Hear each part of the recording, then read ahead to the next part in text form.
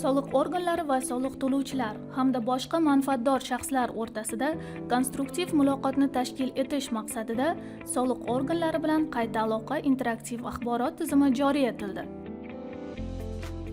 Tizim orqali fuqarolarning murojaat va takliflari, shuningdek, amaldagi soliq qonunchiligi tartiblari, soliq munosabatlari va soliq organlari faoliyatiga oid masalalar ko'rib chiqiladi.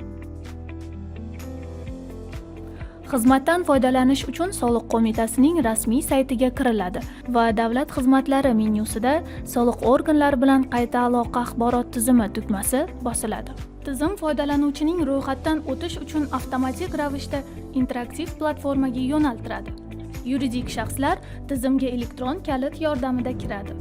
Yakka tartibdagi tadbirkorlar elektron raqamli imzodan tashqari telefon raqamini ko'rsatgan holda ham ro'yxatdan o'tishlari mumkin. Jismoniy shaxslar va o'zini o'zi band qilgan fuqarolar soliq mobil ilovasi orqali ro'yxatdan o'tgan telefon raqamini kiritadi. Ko'rsatilgan telefon raqamiga maxfiy kod yuboriladi. Bu foydalanuvchining shaxsiy ma'lumotlari xavfsizligini ta'minlash uchun zarur. Maxfiy kodni uchinchi shaxslarga oshkor etmaslik tavsiya etiladi. Ro'yxatdan o'tilgandan so'ng soliq organi bilan muloqotni boshlash uchun xabar yuborish tugmasi bosiladi. Ochilgan oynada savol matni kiritiladi va zarur hollarda hajmi 5 megabaytdan katta bo'lmagan faylni ilova qilish mumkin.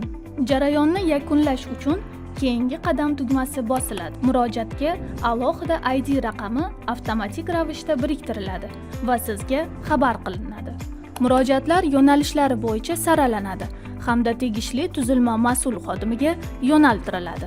Asosli ma'lumotlar taqdim etilmagan yoki tushunarsiz soliq organlari vakolatiga kirmaydigan mavzulardagi savollar soliq organining mas'ul xodimi tomonidan sabablar ko'rsatilgan holda rad etilishi mumkin. Foydalanuvchilarga qulaylik yaratish maqsadida barcha murojaatlar yo'nalishlariga qarab guruhlarga ajratiladi.